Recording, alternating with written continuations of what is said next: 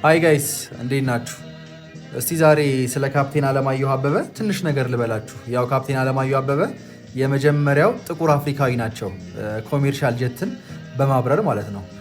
ካፕቴን አለማየሁ አበበ የተወለዱት በሐረር ባቢሌ በሚባል አካባቢ ነው እና እሳቸውም አቪዬሽን ላይ ፍቅር ሊያድርባቸው የቻለው በ10 ዓመታቸው አካባቢ ሐረር አካባቢ እሳቸው ባደጉበት አካባቢ ትንንሽ አውሮፕላኖች ይበሩ ነበረ እና በዛ አጋጣሚ አውሮፕላኖች ያዩት ካፕቴን አለማየሁ የአውሮፕላን የማብረር ፍቅር ያድርባቸዋል።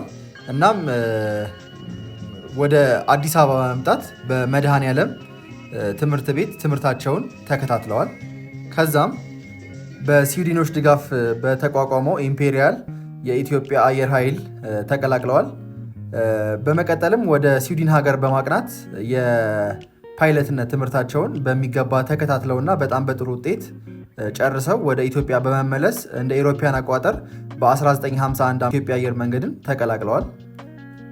እንግዲህ በወቅቱ ኢትዮጵያ አየር መንገድ የሚተዳደረው በአሜሪካኖች ስር ነበርና በወቅቱ ከነበሩ ፓይለቶች የተለያዩ ተቃውሞዎችን ቢያስተናግዱም እሳቸው ያው ስልጣናቸውን በአግባቡ በመወጣት ስራቸውን በአግባቡ በመስራት እንደ ኢሮፓያን አቆጣጠር በ1957 የዲሲ-3 ካፕቴን ለመሆን በቅተዋል።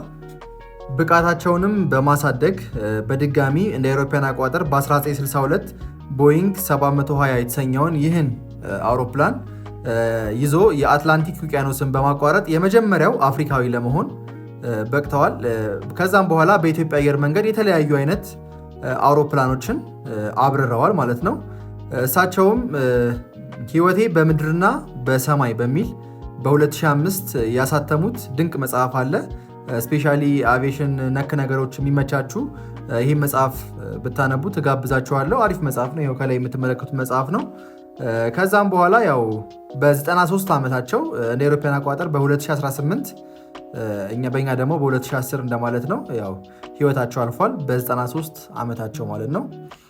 አመሰግናለሁ። ይመቻችሁ። እንደዚህ የአቪዬሽን ኮንቴንት የሚመቻችሁ ሰዎች ደግሞ ፎሎ አድርጉኝ።